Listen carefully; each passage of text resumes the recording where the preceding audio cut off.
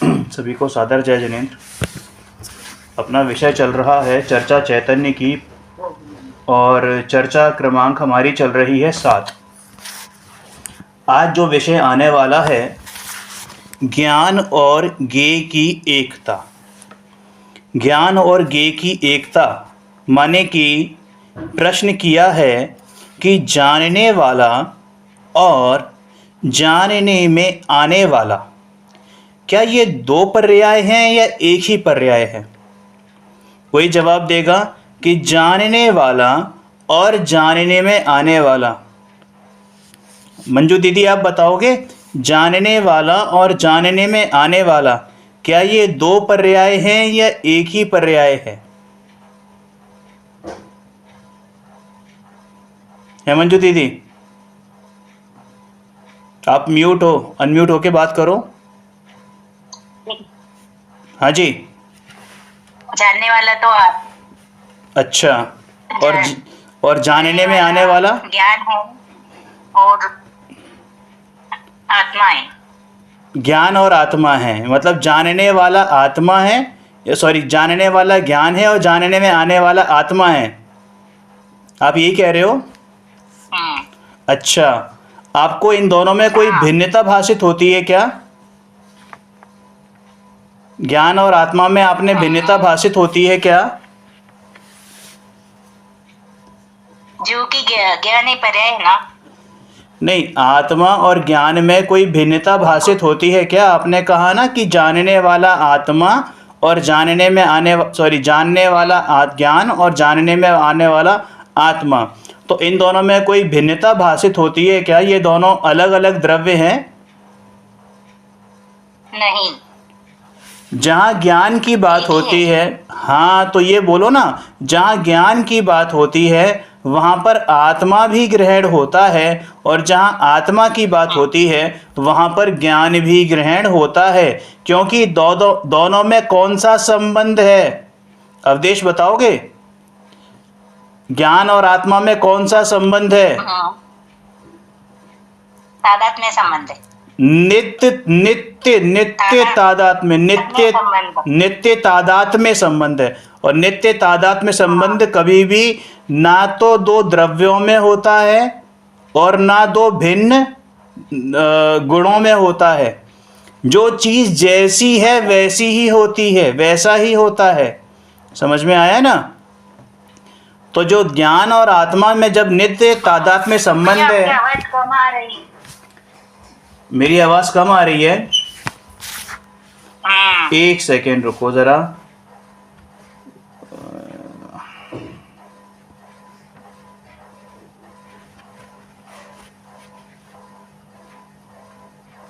अभी सही आ रही है?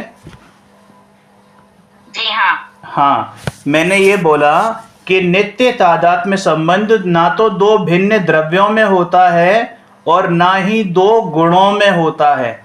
नित्य तादात्म्य संबंध का मतलब तादात्म्य, तादात्म्य का मतलब तत्आत्म्य, तत्आत्म्य यानी उसी रूप जो है, यानी ज्ञान कहो आत्मा कहो एक ही बात है। समझ में आया ना? तो नित्य तादात्म्य संबंध किसमें है? ज्ञान और आत्मा में। तो इसीलिए कहते हैं कि जानने वाला या जानने में आने वाला ये दो भिन्न पर्याय नहीं है, एक ही पर्याय है, एक स्वयं ही पर्याय है, क्योंकि वहां दूसरा कोई और नहीं है। तो एक ही पर्याय में जब वो जानने वाला है तो फिर यहां जानने में आने वाला भी तो होना चाहिए।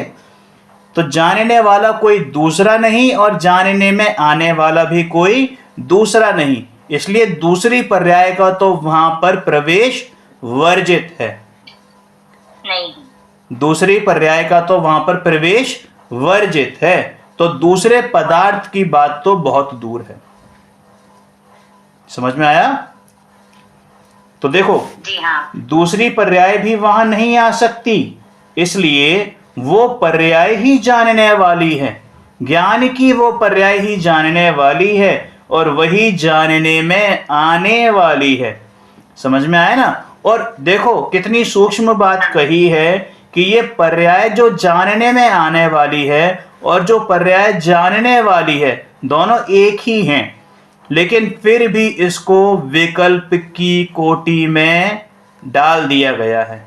किसकी कोटि में डाल दिया गया है? विकल्प की कोटि में डाल दिया गया है।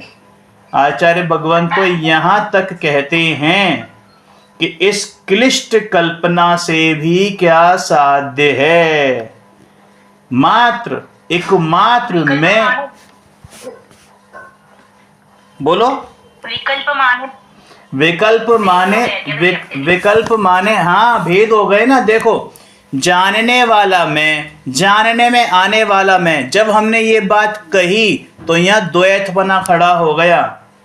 बाबूजी कहते हैं कि जो जाननहार सो ही मैं, ये भी विकल्प है। जो जाननहार सो ही में, ये भी विकल्प है। बहुत सूक्ष्म बात है, क्योंकि यहां पर भी स्पेस आ गया।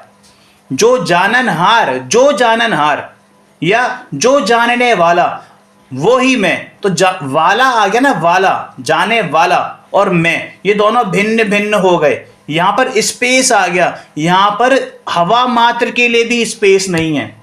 जुड़े हुए हैं, कोई संधि नहीं है, जुड़े हुए नहीं है, एक ही हैं। देखो ये मेरे हाथ जुड़े हुए हैं, अगर इनमें बिल्कुल भी हवा नहीं होगी तब भी ये अलग अलग ही रहेंगे, क्योंकि इनमें संधि है। तो ऐसी संधि नहीं है, एक ही है। ये एक है, ये पूरा हिस्सा हाथ का एक है, एक मेक है। तो वही जो मैं जानने वाला या जानने में आने वाला। शक्कर का उदाहरण भी दे सकते हैं ना। हाँ जी, किसका? आप शक्कर का उदाहरण भी दे सकते हैं ना, जैसे सफेद और जो मीठा देखो वो एक ही है। नहीं, उसमें नहीं दे सकते हैं ना। नहीं, देखिए उसमें जो सफेद और मीठापन दोनों भिन्न गुण हो गए ना। वही मैंने बताया था, आपने लेट ज्वाइन किया, वही बता रहा था कि वो दो भिन्न गुणों की बात नहीं है। चीनी और मिठास, इसका तो उदाहरण सही है, बट सफेदी और मिठास, इन दोनों का उदाहरण यहाँ पे सटीक नहीं बैठता। फिर तो हमें ये मानना पड़ेगा कि जैसे चारित्र गुण और ज्ञान गुण, जो दो गुण, हाँ दो गुणों की भिन्नता, दो गुणों के बीच में अविनाभावी संबंध होता है। एक द्रव्य के जो दो गुण होते हैं उनमें अविनाभावी संबंध होता है, लेकिन एक द्रव्य का उसके दूसरे गुण से नित्य तादात्म्य संबंध होता है। आत्मा कहो, ज्ञान कहो, एक ही बात है। लेकिन ऐसा नहीं हो सकता कि आप मिठास कहो और सफेदी कहो। ऐसा नहीं हो सकता कि सफेदी कह लो या मिठास कह लो, एक ही बात है। ऐसा नहीं संभव है। मैं कन्वे कर पा रहा हूं अपनी बात? अविनाभावी संबंध हम बताएंगे, एक मिनट, क्या मतलब है? हाँ। अविनाभाव, देखिए दो तरीके के संबंध होते हैं, बल्कि तीन होते हैं। आप समझो, संबंधों की अगर बात करते हैं तो पहला संबंध है नित्य तादात्म्य संबंध। नित्य तादात्म्य, तत् प्लस आत्म्य। आत्म्य का मतलब होता है उसी रूप। ज्ञान का आत्मा के साथ नित्य तादात्म्य संबंध है, आत्मा का ज्ञान के साथ नित्य तादात्म्य संबंध है। ज्ञान रूप ही है, आत्मा ज्ञान रूप ही है, आत्मा दर्शन रूप ही है, आत्मा सुख रूप ही है, आत्मा चारित्र रूप ही है, आत्मा उपयोग रूप ही है। तो इनका सबके साथ कैसा है? आत्मा का नित्य तादात्म्य संबंध है। अविनाभावी क्या होता है कि जहां पर एक की उपस्थिति है वहां पर दूसरा गुण भी अपने आप होगा ही होगा। जैसे कि पुद्गल द्रव्य के चार गुण हमें पता हैं, होते तो अनंत हैं, लेकिन चार स्पेशल गुण, स्पर्श, रस, गंध, वर्ण। तो हम कैसे जज करते हैं पुद्गल को कि जहां स्पर्श गुण है वहां पर ऑटोमेटिकली रस, गंध और वर्ण भी होंगे ही होंगे। तो इन चारों में, ऐसे ही पुद्गल के अनंत गुणों में अविनाभावी संबंध है। जो उसके विशेष गुण हैं उनमें अविनाभावी संबंध है, यानी जहां पर ये स्पर्श पाया जाएगा वहां पर रस, गंध, वर्ण भी अपने आप ही होगा ही होगा। समझ में आया ना? लेकिन पुद्गल का स्पर्श के साथ नित्य तादात्म्य संबंध है। स्पर्श कहो या पुद्गल कहो एक ही बात है, रस कहो या पुद्गल कहो एक ही बात है, गंध कहो पुद्गल कहो एक ही बात है, ऐसे। ठीक है, ऐसे ही आत्मा का ज्ञान के साथ, आत्मा का सुख के साथ, आत्मा का वीर्य के साथ नित्य तादात्म्य संबंध है। लेकिन आत्मा के जो और जो गुण हैं उनमें आपस में अविनाभावी संबंध, यानी एक होगा तो दूसरा होगा ही होगा। ठीक है, और एक तीसरा संबंध होता है एक क्षेत्र, समझ में आया। हाँ जी, एक तीसरा संबंध होता है एक क्षेत्रावगाह संबंध, एक क्षेत्र में रहने का संबंध। तो ये शरीर जो दिख रहा है हमें, नाम कर्म की ये अवस्था जो दिख रही है हमें, ठीक है ना, तो ये शरीर और जो कर्म है ये क्या है, एक क्षेत्रावगाह संबंध है। एक क्षेत्र में रहते हैं लेकिन ये भिन्न द्रव्य है, बिल्कुल सर्वथा भिन्न द्रव्य हैं हमसे, तो इनको कहते हैं एक क्षेत्रावगाह संबंध। ठीक है, तो यहां पर जो बात चल रही है वो यही चल रही है कि भैया तुम पर द्रव्यों की बात तो छोड़ दो, वहां तो दूसरी पर्याय के लिए भी जगह नहीं है। मतलब उस पर्टिकुलर द्रव्य की दूसरी पर्याय के लिए भी जगह नहीं है, दूसरी पर्याय भी वहां नहीं आ सकती, इसलिए वो पर्याय ही जानने वाली है और वही जानने में आने वाली है। तो इसे भी विकल्प कहा है, और आचार्य भगवान तो इस विकल्प को भी साध्य नहीं बोलते। क्या बोलते हैं कि इस क्लिष्ट कल्पना से भी क्या साध्य है, भैया मैं तो ज्ञायक ही हूं, मैं जानने वाला या जानने में जो आ रहा है वो मैं, ऐसा भेद भी नहीं है, ऐसा द्वैतपना भी नहीं है। क्लियर है, मतलब मैं ज्ञायक हूं, बस मतलब सहज रूप से। ठीक है ना, जहां पर हमने ये भेद भी किया ना कि मेरा नाम मोहित जैन है, इसका मतलब ये कि मोहित कोई और मैं कोई और। भले ही हम बता रहे हो, अपनी आइडेंटिटी दे रहे हो, लेकिन वो सही नहीं है। यहां पर भी स्पेस आ गया, इतने से स्पेस की भी जगह नहीं है। ठीक है, फिर प्रश्न आया तो क्या चिन्ह मात्र ही अनुभव में आ रहा है, तो क्या चिन्ह मात्र ही अनुभव में आ रहा है कि नहीं, सोचने का तो नाम कुछ भी दे दो, क्या सोचने में नाम कुछ भी दे दो, क्योंकि नाम तो सब कुछ है, नाम तो बहुत सारे हैं उसके, लेकिन उसके भाव में फर्क नहीं आना चाहिए। ठीक है ना, भाव में फर्क नहीं आना चाहिए। भाव माने चिन्ह मात्र, भाव माने चिन्ह मात्र, चाहे जीव तत्व कहो, जीवास्ति कहो, काय कहो, जीव पदार्थ कहो, आत्मा कहो, आत्म द्रव्य कहो, आत्म तत्व कहो, कुछ भी कहो, कोई फर्क नहीं पड़ता, लेकिन वो है, वो चिन्ह मात्र है, वो चिन्ह मात्र। ठीक है, और वो जो जानने वाला है वो सामान्य है, तो वो पर्याय का सामान्य है कि बिल्कुल वो पर्याय का सामान्य है, माने सामान्य बना ली उसने तो सामान्य हो गया। देखो सामान्य और विशेष, सामान्य और विशेष क्या होता है कि जब पर्याय द्रव्य रूप हो जाती है, पीछे आया था प्रकरण कि पर्याय द्रव्य में पसर गई, पर्याय द्रव्य रूप हो गई तो वो सामान्य हो गई। लेकिन जहां पर हमने भेद खड़े करे, जैसे अभी भेद किया था कि जानने में आने वाला सो मैं, तो यहां पर भेद खड़ा हो गया, तो उस अपेक्षा से बात कही कि ये सामान्य नहीं है, ये विशेष हुई। लेकिन जब हम पर्याय सामान्य की बात करते हैं तो माने विशेष का तिरोभाव कर दिया। अब ये शब्द और आ रहा है, तिरोभाव, तिरोभाव और आविर्भाव, अब ये दो शब्द हैं समय साहब जी की गाथा नंबर 15 से उठाए हैं। तिरोभाव का मतलब होता है किसी चीज को गौण करना, ढकना, और उसी समय किसी चीज का उघाड़ करना, यानी किसी चीज को मुख्य करना, तो उसे कहते हैं आविर्भाव। जिसको मुख्यता से कथन कहा जाता है वो आविर्भाव है, और जिसको ढका जाता है, जिसको गौण किया जाता है, उसको कहते हैं तिरोभाव। तो माने हाँ, तो जो सामान्य हो गया माने विशेष का तिरोभाव कर दिया, तो फिर सामान्य हो गई ना पर्याय, माने ज्ञान ही हो गई। अब वो पर्याय नहीं रही, मतलब है तो पर्याय ही, लेकिन अब वो अपने आप को पर्याय स्वीकार नहीं करती है। वो क्या मानती है कि मैं तो द्रव्य ही हूं। अब ये द्रव्य और पर्याय भिन्न भिन्न है क्या? कि नहीं, पर्याय भी तो द्रव्य में से ही निकली है, लेकिन यहां इतनी सूक्ष्म बात है कि अब वो पर्याय अपने आप को पर्याय इंट्रोड्यूस नहीं करती, अब वो अपने आप को द्रव्य ही स्वीकार करती है।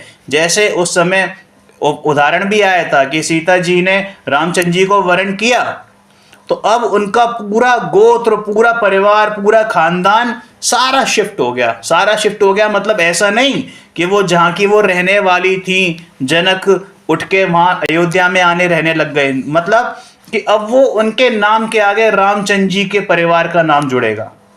अब उनका गोत्र रामचंद्र जी का गोत्र, अब उनके नाम के आगे राम, सीता राम आज भी फेमस है। अनुमति कहते हैं ना जय सिया राम, मतलब सीता राम आज भी वही फेमस है। समझ में आ गई ना बात? तो यानी सीता जी ने पूरा का पूरा समर्पित अपने आप को, सीता जी पर्याय हो गई, रामचंद्र जी आत्मराम हो गए, मतलब ध्रुव हो गए। तो उस पर्याय ने अपने आप को अपने आत्मराम में समर्पित कर दिया, यानी कि पर्याय ज्ञानाकार ही हो गई। क्या हो गई? ज्ञानाकार ही हो गई। ज्ञानाकार सो ज्ञान, ज्ञानाकार कहो, ज्ञान कहो, आत्मा कहो, ध्रुव कहो, सब एक ही बात है। ज्ञानाकार हो गई अर्थात ज्ञान ही रह गया। हाँ हाँ, सामान्य को आविर्भाव में और विशेष को तिरोभाव में लेना, ऐसा। हाँ, सामान्य आविर्भाव हो गया ना, मतलब सामान्य अभी सामान्य ही रहा। सामान्य देखो दो चीजें होती है ना, जहां पे भेद खड़ा होता है वो हो गया विशेष, और जहां अभेद है, जहां अब द्रव्य गुण पर्याय का भेद नहीं है, आपने द्रव्य गुण पर्याय को लिया, द्रव्य गुण पर्याय को अलग अलग लिया, तो वो हो गया विशेष। लेकिन जब द्रव्य हो, गुण हो, पर्याय हो, विज्ञान घन स्वभाव है ना, घन स्वभाव। घन का मतलब कि द्रव्य गुण पर्याय, अब इसमें कोई अंतर नहीं है, जो है सो है, एक ही है ना। तो इसलिए विशेष का तिरोभाव हो गया और सामान्य का आविर्भाव हो गया। ठीक है, ज्ञानाकार हो गई अर्थात ज्ञान ही रह गया। ज्ञान रह गया माने आत्मा ही रह गया।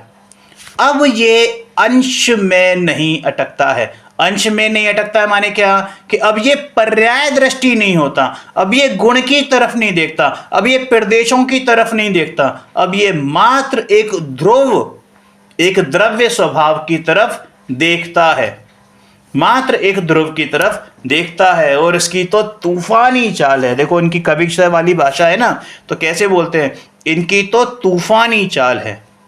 तो जो जो है, जो जो है यानी त्याज्य है, त्यागने योग्य है, उन सबको छोड़ता जा रहा है। अब छोड़ता जा रहा है से माने क्या? कि ऐसा नहीं कि वो छोड़ रहा है, छूटते जा रहे हैं। मुझे आगरा से मुंबई आना हो तो जितने भी स्टेशन हैं मैं छोड़ूंगा या छूटते जाएंगे? छूटते जाएंगे, छोड़ना नहीं पड़ेगा, है ना। तो ऐसे ही जितने भी ये त्याज्य हैं वो सब क्या हो रहे हैं? ये विकल्प, ये संकल्प जितने भी हैं वो सारे के सारे छूटते जा रहे हैं। ठीक है। अब एक बहुत कड़वी बात आ रही है। क्या? कि स्वयं पुरुषार्थ पूर्वक ये सारा कार्य हो रहा है। स्वयं पुरुषार्थ पूर्वक ये सारा कार्य हो रहा है, लेकिन इसमें भी हे बुद्धि है, क्योंकि पुरुषार्थ भी क्या है? पर्याय कोटि में आता है। बताए ना ये बात, पुरुषार्थ भी पर्याय कोटि में आता है। कब तक पुरुषार्थ करता है जीव? जब तक ज्ञान में स्थिर ना हो जाए। और स्थिरता का मतलब 6वां, 7वां, 8वां, 9वां, 10वां, 11वां गुण स्थान नहीं, मात्र केवल ज्ञान, मात्र केवल ज्ञान। समझ में आया ना? यानी जब ज्ञान में स्थिर ना हो जाए परमानेंटली, तब तक पुरुषार्थ रहता है, और वो भी हे कोटि में डालता है, वो भी हे कोटि में है। समझ में आया ना? मतलब ये पुरुषार्थ भी पर्याय है। किसकी पर्याय है? वीर्य गुण की पर्याय है। पुरुषार्थ किसकी पर्याय है? वीर्य गुण की पर्याय है। ठीक है ना? तो ऐसा जो स्वयं पुरुषार्थ पूर्वक ये सारा कार्य हो रहा है। अब देखो साथ में एक लाइन, एक वर्ड आया है स्वयं, स्वयं, स्वयं, स्वयं पुरुषार्थ पूर्वक। करना नहीं पड़ रहा, अपने आप हो रहा है। करना नहीं पड़ रहा। ये जो जितने भी विकल्प हैं वो सारे के सारे की मैं ज्ञायक हूं, ये विकल्प भी अपने आप चलता चला जा रहा है। समझ में आया? देखो अब ये प्रश्न उठना बड़ा लाजमी है कि आपने तो पुरुषार्थ को भी हे बुद्धि में डाल दिया कि बिल्कुल, क्योंकि ये भी पर्याय है।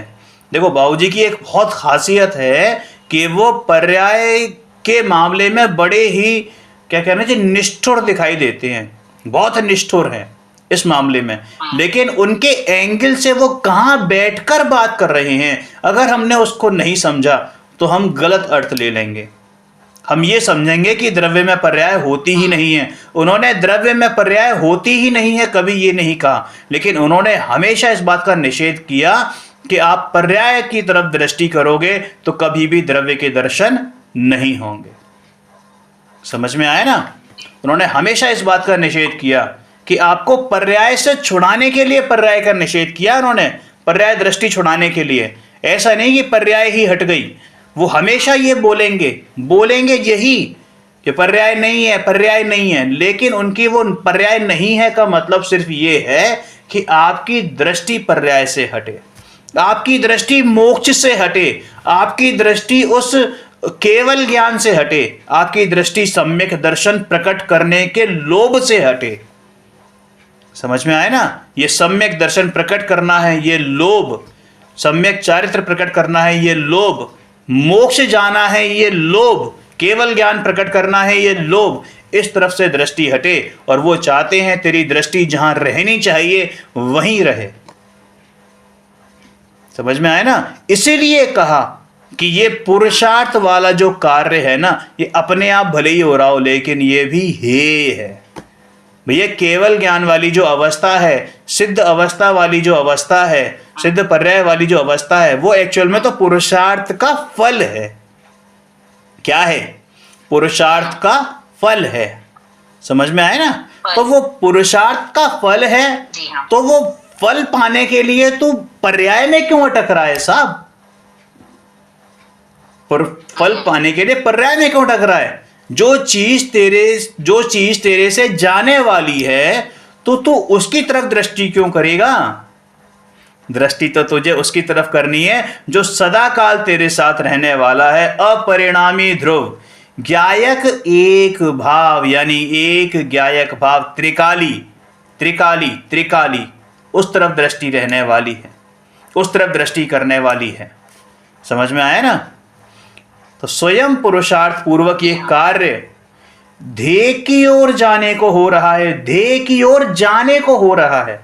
ये जो कार्य है पुरुषार्थ जो चल रहा है वो किस तरफ ले जाएगा? कि अपने ध्येय की तरफ ही ले जाएगा। लेकिन ये भी रास्ता है, मंजिल नहीं है, इसलिए हे है। क्यों? क्योंकि उपादेय तो वहां पड़ा है। उपादेय कहां है? कि जिस तरफ ये जाएगा। अरे ये है उपादेय, अंदर इस दे वाले में विराजमान मेरा ज्ञायक भाव नहीं, मैं स्वयं ज्ञायक भाव, मैं ही ज्ञायक भाव, ये है उपादेय। मेरा ज्ञायक भाव नहीं, मैं ही ज्ञायक भाव। समझ में आया ना? ये है उपादेय। और ये विकल्प, हाँ, ये है ज्ञायक भाव, जहां पुरुषार्थ की भी आवश्यकता ना पड़े, ये विकल्प की भी आवश्यकता ना पड़े कि मुझे पुरुषार्थ करना है। ये है ज्ञायक भाव, ये है मेरा स्वभाव, है ना? उपादेय है, वही उपादेय है। ये पुरुषार्थ भी उपादेय नहीं है, क्योंकि इसमें चंचलता है। किसमें? पुरुषार्थ। पर्याय में, पर्याय में क्या है? चंचलता है। समझ में आया ना? पर्याय में चंचलता है। और ध्रुव कैसा है? मेरा उपादेय कैसा है? अकंप है, निष्कंप है। समझ में आया? इसलिए इनमें मिलान नहीं है, यानी इस पुरुषार्थ रूपी पर्याय में और उस ध्रुव में मिलान नहीं है, और इसने इसको चिन्ह मात्र को अपनत्व दिया है, तो इनको अपनत्व नहीं दे सकता। अब ये पुरुषार्थ ने इसको अपनत्व दिया है ना, चिन्ह मात्र को। ये जो पर्याय ने अपनापन किसमें किया कि चिन्ह मात्र में किया, तो जो स्वयं चिन्ह मात्र में अपनापन कर रही है, तो वो उसको अपनापन, हम क्यों अपनापन उसको दें? जिनको अपनत्व नहीं देगा वो सब हे है, वो सब हे है, चाहे स्वयं ही क्यों ना हो, चाहे स्वयं ही क्यों ना। वो जो पर्याय है पुरुषार्थ रूपी पर्याय, उसने अपनापन किसमें दिया? अपने में नहीं दिया। किसमें दिया? चिन्ह मात्र में दिया। चिन्ह मात्र यानी कि जीव तत्व में दिया, उस भगवान आत्मा में दिया, उस ध्रुव में दिया, उस द्रव्य में दिया, अपनापन लगाया। उपादेय क्योंकि वही है, तो अगर उसने अपनापन उसमें लगाया है, तो क्यों उसको हम आश्रय करें, क्यों उसको उपादेय माने? यानी कि जिसमें उसने लगाया है, जिसने अपना सर्वस्व उस पर निछावर कर दिया, हम किसी दूसरे पर क्यों सर्वस्व निछावर करें? समझ में आया ना? समझ में आ रहा है? ठीक है। माने पुरुषार्थ को भी अपनत्व नहीं दे सकता। माने क्या? पुरुषार्थ को भी अपनत्व नहीं दे सकता। सुगानी जी कहते हैं कि सम्यक दर्शन में सम्यक दर्शन के लिए भी जगह नहीं है। क्यों? क्योंकि सम्यक दर्शन जिसको होता है, उसकी दृष्टि सम्यक दर्शन पर नहीं होती, उसकी दृष्टि तो स्वयं उस निज ज्ञायक भगवान आत्मा पे होती है, जिसके आश्रय से वो सम्यक दर्शन प्रकट हुआ है। समझ में आया?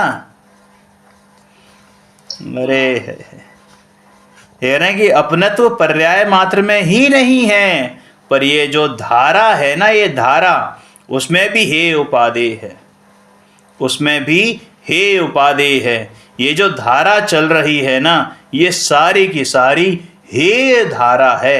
हे मतलब त्याज्य है, ये सारी की सारी धारा। ये जो धारा पुरुषार्थ वाली धारा है, ये भी त्याज्य है। किस अपेक्षा से? अपेक्षा समझो, अब इसको गलत अर्थ मत ले लेना कि भैया हम पुरुषार्थ करें नहीं क्या। भैया पुरुषार्थ करने की बात नहीं है, पुरुषार्थ में हे बुद्धि, ये किसकी बात है? कि जो अपने आप को भगवान समझ रहा है, उसकी ही बात है, क्योंकि उसे भगवान आत्मा का आश्रय करना है। बहुत सूक्ष्म बात है, बाल की खाल निकल रही है यहां पर। गलत शब्द है, लेकिन बाल की खाल निकल रही है। समझ में आया ना? थोड़ा सा बुद्धि लगा के समझेंगे, थोड़ा सा ध्यान लगा के समझेंगे, उसको बार बार पढ़ेंगे, तो और सूक्ष्म समझ में आएगा कि बाबूजी का कहने का मंतव्य क्या है। मतलब उन्होंने पर्यायों को बिल्कुल अपने से अलग कर दिया। अलग कर दिया से मतलब हो नहीं गई, अलग कह दिया है, ताकि मैं निर्भर हो सकूं, मैं इस पुरुषार्थ रूपी मेहनत से भी निर्भर हो सकूं। अपने आप को भगवान मानोगे तभी भगवान पना प्रकट होगा। अरे मुझे नहीं चाहिए भगवान पना। अभी पीछे आया था, मुक्त को क्या मुक्ति, मुक्त को क्या मुक्ति चाहिए, मोक्ष को क्या मोक्ष चाहिए? तू ऑलरेडी मोक्ष में ही है, अभी के अभी मोक्ष में ही विराजमान है।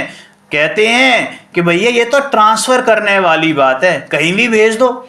जो मैं यहां कर रहा हूं वही मैं मोक्ष में जाके करूंगा, वही सिद्धशिला पे जाके करना है मुझे।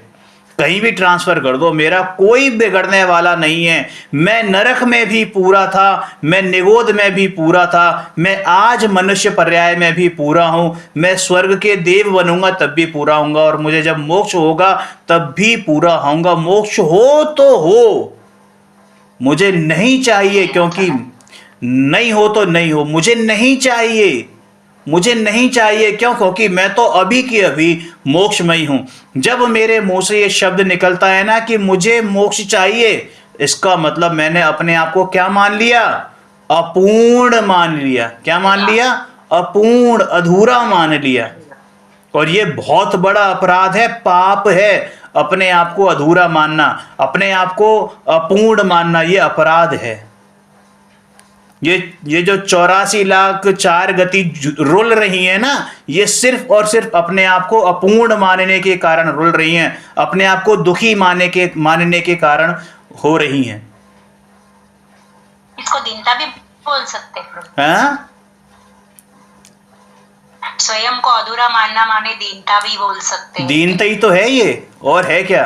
अपने तू मतलब पूरे लोकालोक का राजा, लोकालोक नहीं, लोकालोक एक तरफ और तू एक तरफ, तब भी तेरा बैलेंस भारी रहे, तब भी तेरा पलड़ा भारी रहे, ऐसी सामर्थ्य है।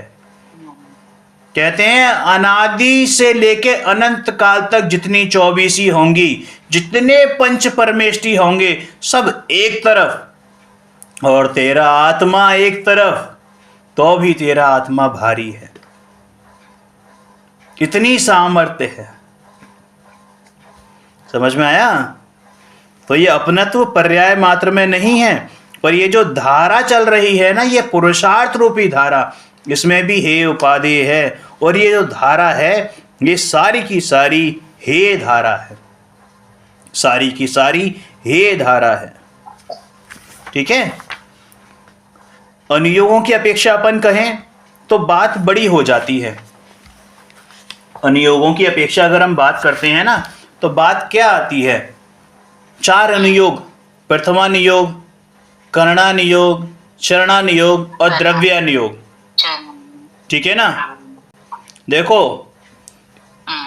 जो बात बोलने जा रहे हैं उसको गलत अर्थ में ग्रहण मत करना, अपेक्षा समझना, क्योंकि ज्ञानी की अपेक्षा बहुत मायने रखती है। चारों अनुयोगों का बराबर से महत्व है। चारों अनुयोग वीतरागता का पोषक करने वाले ही हैं, ऐसा नहीं कि वो ये भी हैं वो भी हैं, नहीं, ही हैं, वीतरागता का पोषक करने वाले ही हैं।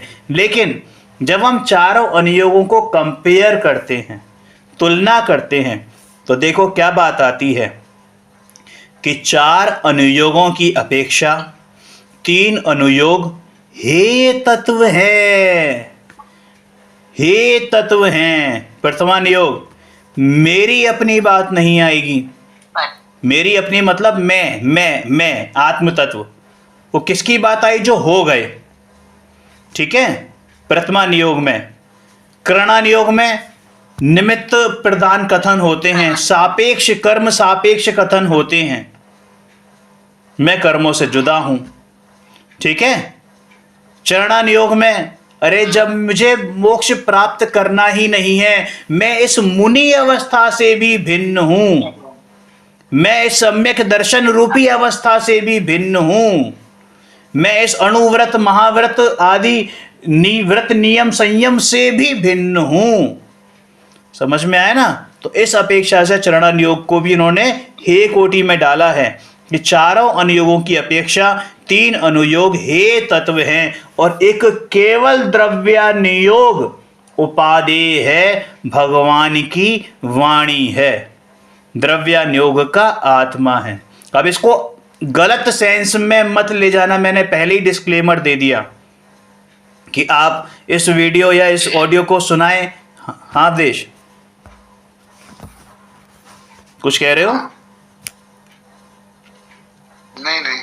हाँ, कि मतलब इसको बेस पे कि भैया ये तो बाबूजी ने तो ये कहा है कि साहब चारों अनुयोग में से 3 अनुयोग हैं, बिल्कुल नहीं समझना। ये अपेक्षाकृत बात है, ये अपेक्षाकृत बात है। ऐसा नहीं है कि प्रथमानुयोग का निषेध है, करणानुयोग का निषेध है या चरणानुयोग का निषेध है। बात सिर्फ अपेक्षा के लिए है कि कहां पर आपकी प्रधानता है, कहां पर आपकी मतलब मेरी प्रधानता है। समझ में आया ना? चारों अनुयोग वीतरागता के पोषक हैं, वीतरागी संतों ने लिखे हैं। प्रथमानुयोग भी वीतरागी संतों ने लिखा है, करणानुयोग भी उन्हीं वीतरागी संतों ने लिखे हैं, चरणानुयोग भी उन्हीं वीतरागी संतों ने लिखे हैं। रतनकर्ण श्रावकाचार्य लिखा है ना समंत भद्राचार्य ने, पुरुषार्थ सिद्धोपाय लिखा है ना आचार्य अमरचंद्र ने, ठीक है ना, गोमठ सार जी लिखे हैं ना आचार्य नेमिचंद्र ने, सब वीतरागी संत हैं, भावलिंगी संत हैं, 6ठे 7वें गुणस्थान में झूलने वाले संत हैं। लेकिन फिर भी द्रव्यान योग की जो भाषा है वो आपको आपके अंदर तक ले जाती है, आपके अंदर तक ले जाती है। बाकी सब प्रेरणा हो सकते हैं, लेकिन द्रव्यान योग प्रेरणा से भी अंदर की बात है। समझ में आ गई ना बात? इस द्रव्यान योग के बारे में, इस चारों अनुयोग के बारे में, द्रव्यान योग के बारे में हम कल चर्चा करेंगे इसी समय पर। आज के लिए मात्र इतना ही।